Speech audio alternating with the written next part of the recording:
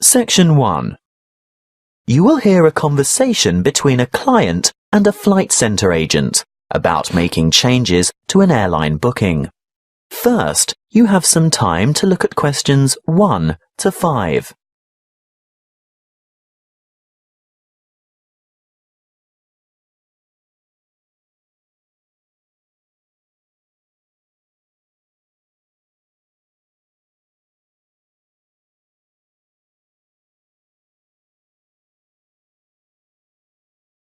You will see that there is an example that has been done for you. On this occasion only, the conversation relating to this will be played first. Good morning, Mrs. Gray. This is Bert Stock speaking from Finnegan's Flight Centre. I can now confirm your flight to Singapore. Oh, good. No problems, I hope? No, everything is in order.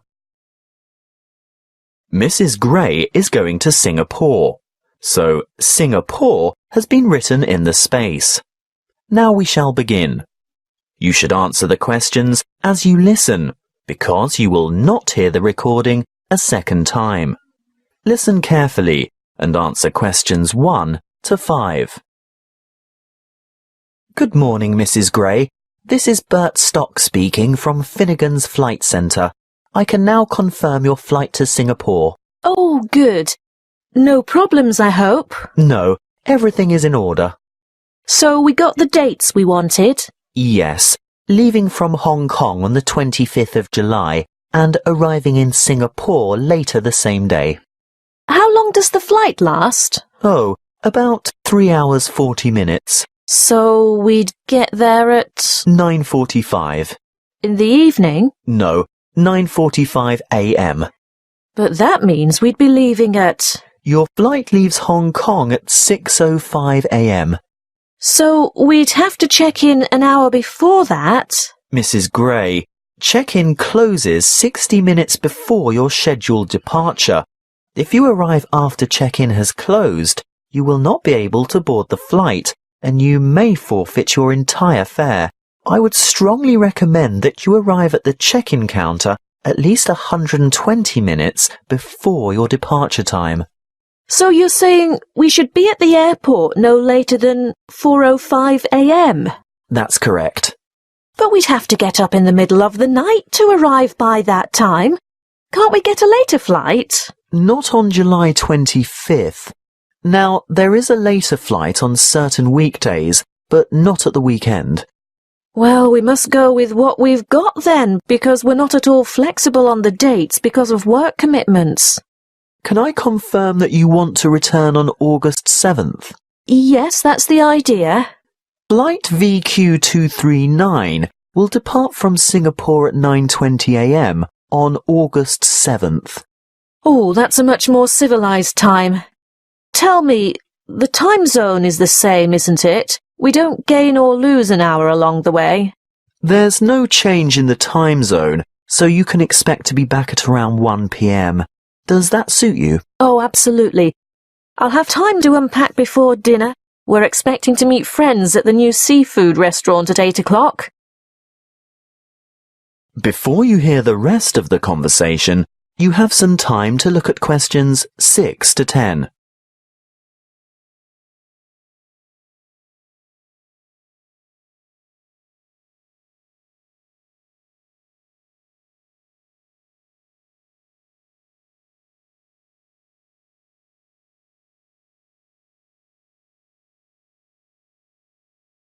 Now listen and answer questions 6 to 10. Mrs. Gray, I'll send you all these details by an email or letter of confirmation. Which do you prefer? Well, email is faster, but we've been having difficulties with our internet connection.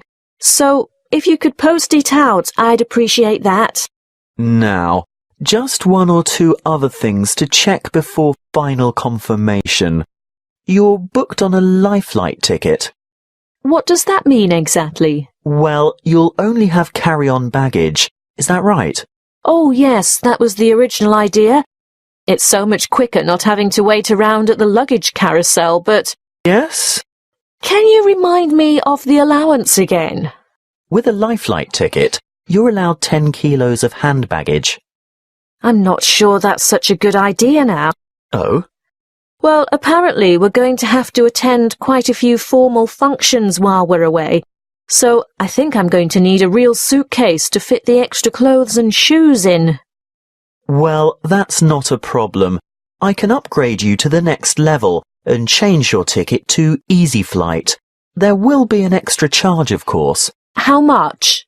$30 per checked-in item of luggage, weighing no more than 22 kilos per item.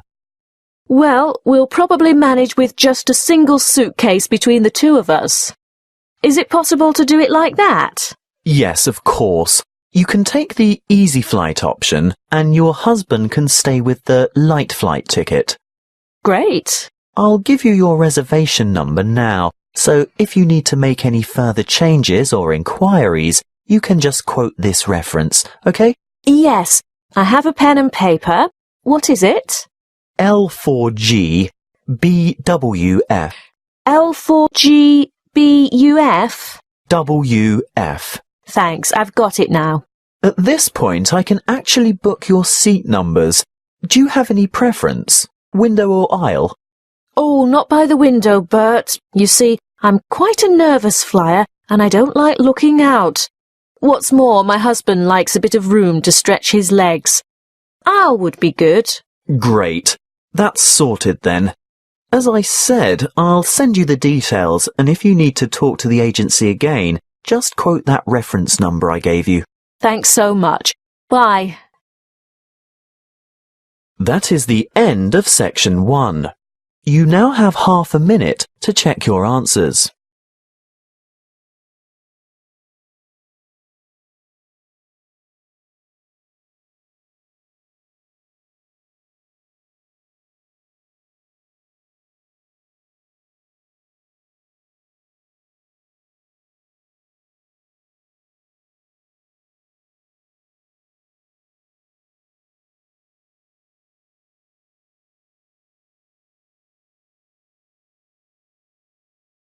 Now turn to section 2. Section 2. You will hear the public relations officer from the council reviewing events that were hosted by the town in the previous year. First, you have some time to look at questions 11 to 16.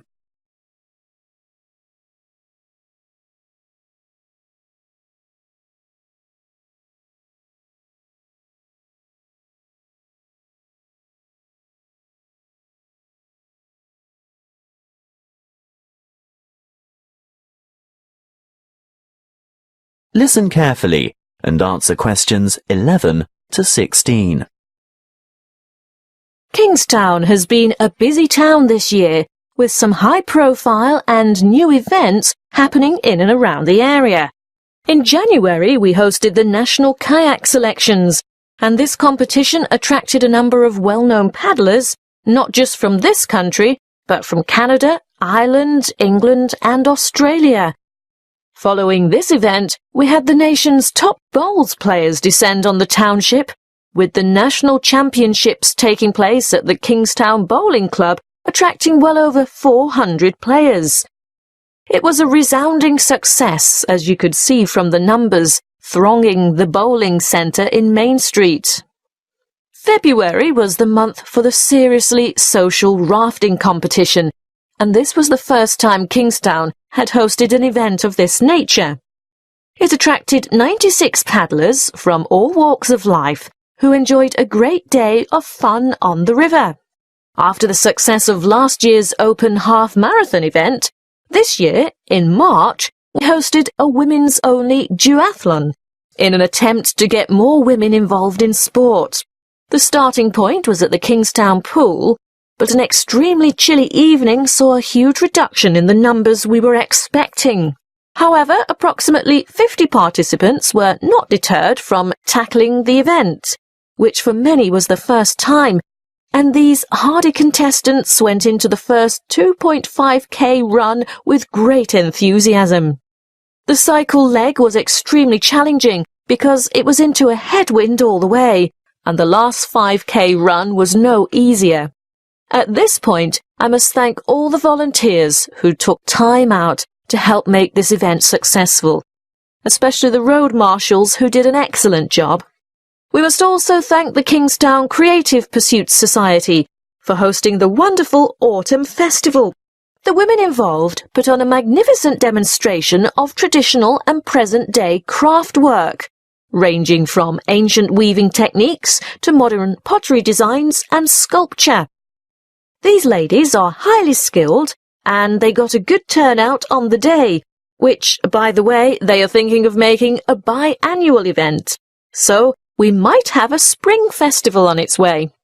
Winter brought with it the annual Kingstown Youth Tournament, which was a huge success, with the allocated team slots filling up fast. Teams consisted of approximately 15 youths, ranging in age from 8 to 18. The teams spent the day on the fields of Prince Park, playing a round-robin touch tournament system.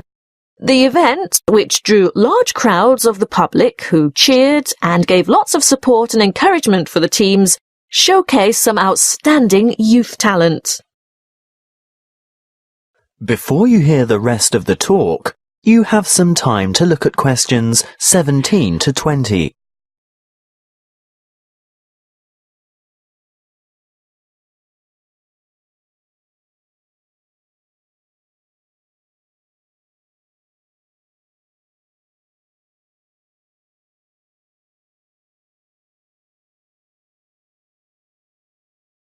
Now listen and answer questions 17 to 20. Now, what's coming up for the school holidays? Well, the town council has several plans lined up to keep the kids busy. Let's get straight into it.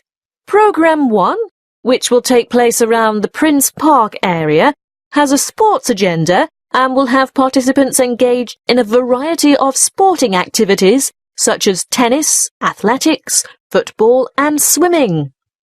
Programme 2 is for the somewhat less active and more creative children.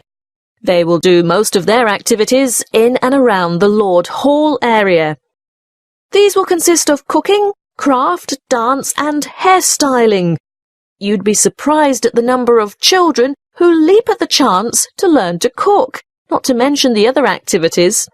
The hall will be positively buzzing, I can tell you. This is a great chance for your children to learn a new skill or brush up on one that they're already crazy about. Programme 3 is for the more adventurous children.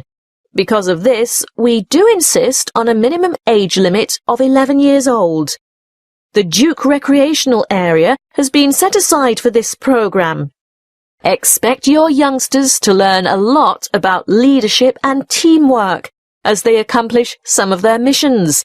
They'll engage in activities such as skateboarding, rafting, orienteering, mountain biking and trekking. Well, thank you for your attention. If you have any questions, please feel free to ask. That is the end of section 2. You now have half a minute to check your answers.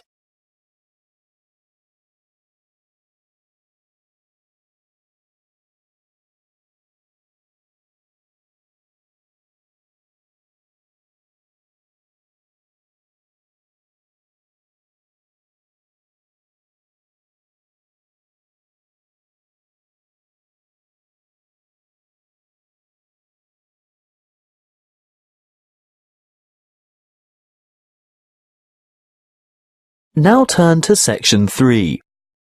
Section 3. You will hear a conversation between a tutor and 2 students in the Political Studies Department of a New Zealand tertiary institution. First, you have some time to look at questions 21 to 25.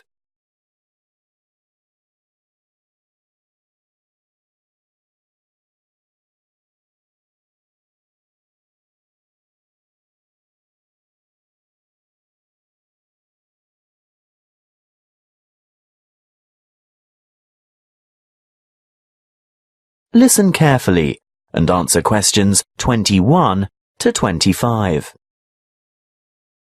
Good morning. Now, you've come to discuss how our parliament works. Is that right? Yes, it's a bit different from some of the other democracies we've studied, and we're a bit confused. Well, what do you know? We know that the system of government in New Zealand is a constitutional monarchy, but we're not sure how the power is shared or who has ultimate authority. The government is formed from a democratically elected House of Representatives. Is that the same as Parliament? Yes, the House of Representatives is what is commonly called Parliament. And the government advises the sovereign, who is our head of state. The sovereign is the Queen of England, right? She lives in England and she is the Queen of England, but when we refer to her as our sovereign, we say she is Queen Elizabeth II of New Zealand. But how can she be our head of state if she doesn't live here? I know that she has a representative here. Oh yes, the Governor-General. That's right. Now, by convention, the sovereign is the source of all executive legal authority in New Zealand. So she's the boss. Well, you could say that. However, she or her representative almost always acts on the advice of the government, in all but the most exceptional circumstances, that is. So, where does the real power lie? Good question. Our system is based on the principle that power is distributed across three branches of government: the Parliament, the Executive, and the Judiciary. But Parliament makes the law, doesn't it? That's right. So what's the point of the other two? Well, you need a body to administer the law. That's the executive, made up of ministers of the Crown, and the judiciary interprets the law through the courts. Before you hear the rest of the conversation, you have some time to look at questions 26 to 30.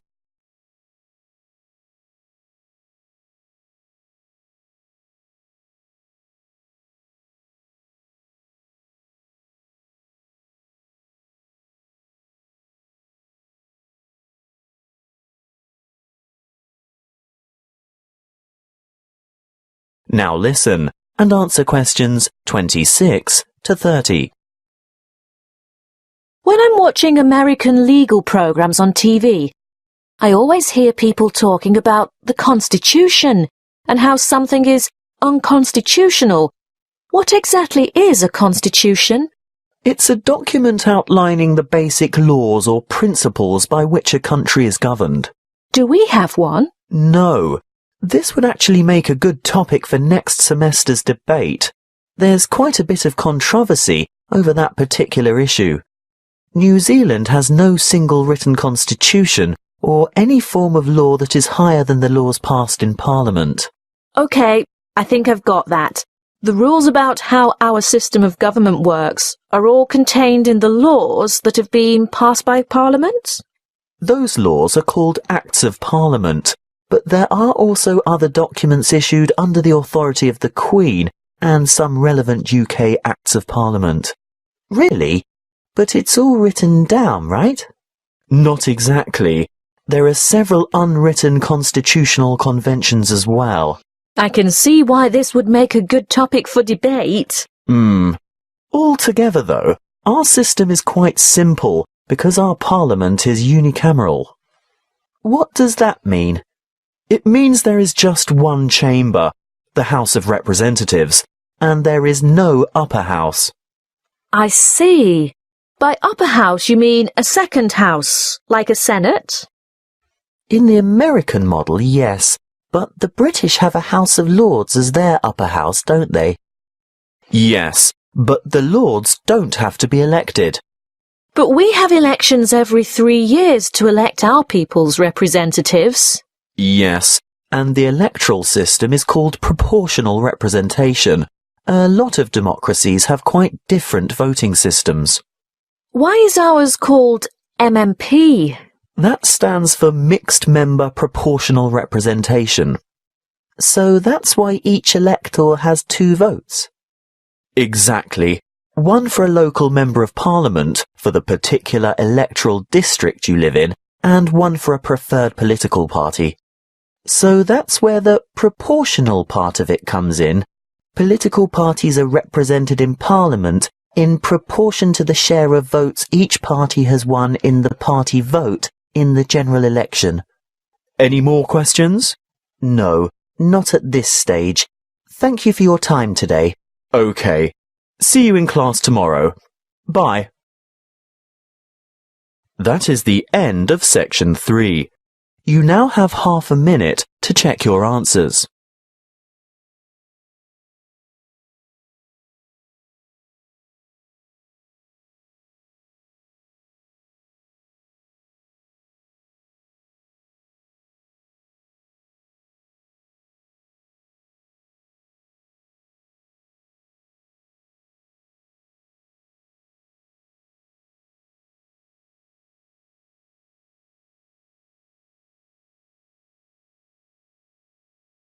Now turn to section 4.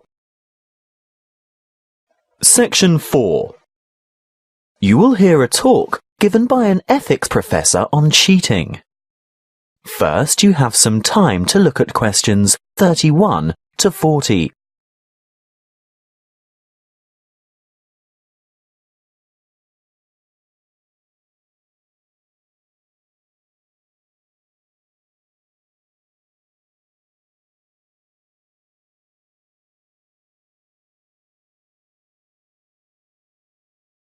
Listen carefully and answer questions 31 to 40.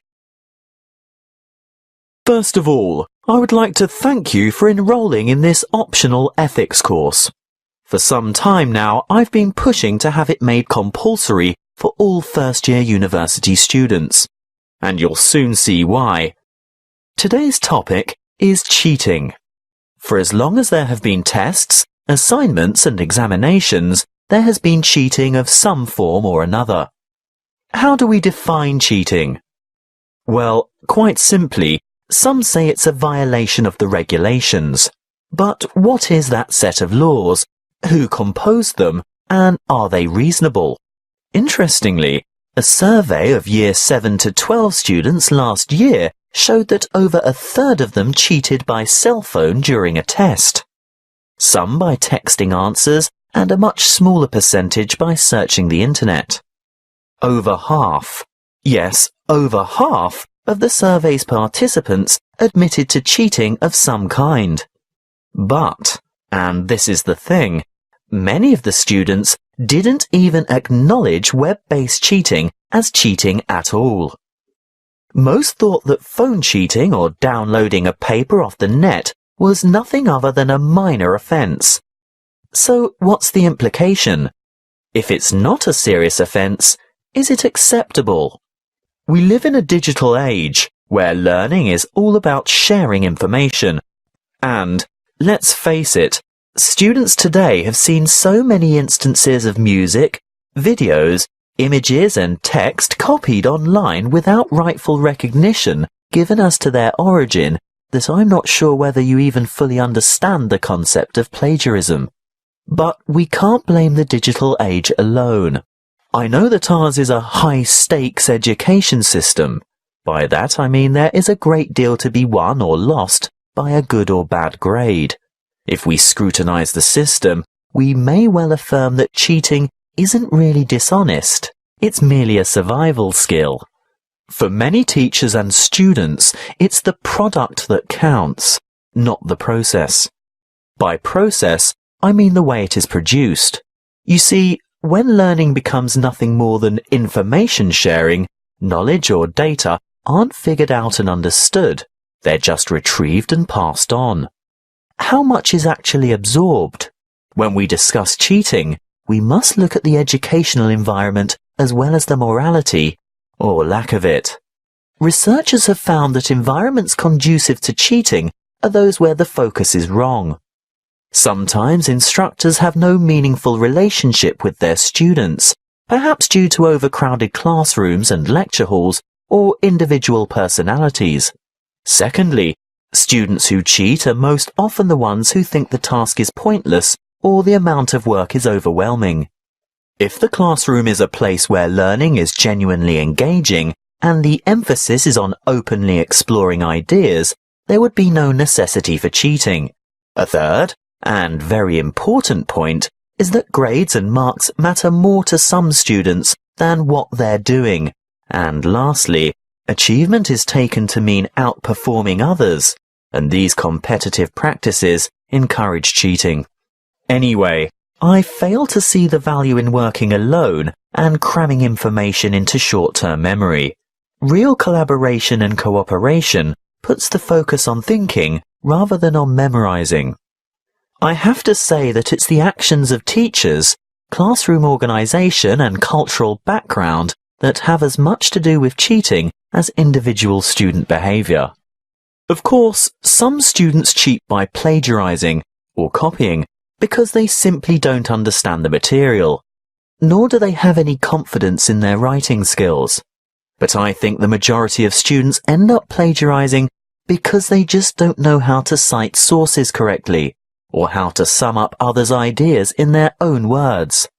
These reasons have remained the same for centuries. It's really just that the digital age has made it easier. But remember, teachers use technology to spot plagiarism too, so it's also very much easier for them. First-year students should have to complete a compulsory writing skills course, where the rudiments of proper referencing and summarizing are taught. I also think it's a big mistake if ethics is not a first-year requirement as well. In this university, I think it's only the computing department that insists all its students complete a paper in ethics. Learning and education is not just about cramming facts or increasing your knowledge base. It's about intellectual integrity and honesty and rising to meet higher ethical standards. Now, this may necessitate a change in pedagogy and educational philosophy, but most importantly, it will involve a challenge to engage students in discussion on morals and academic morality. That is the end of section 4. You now have half a minute to check your answers.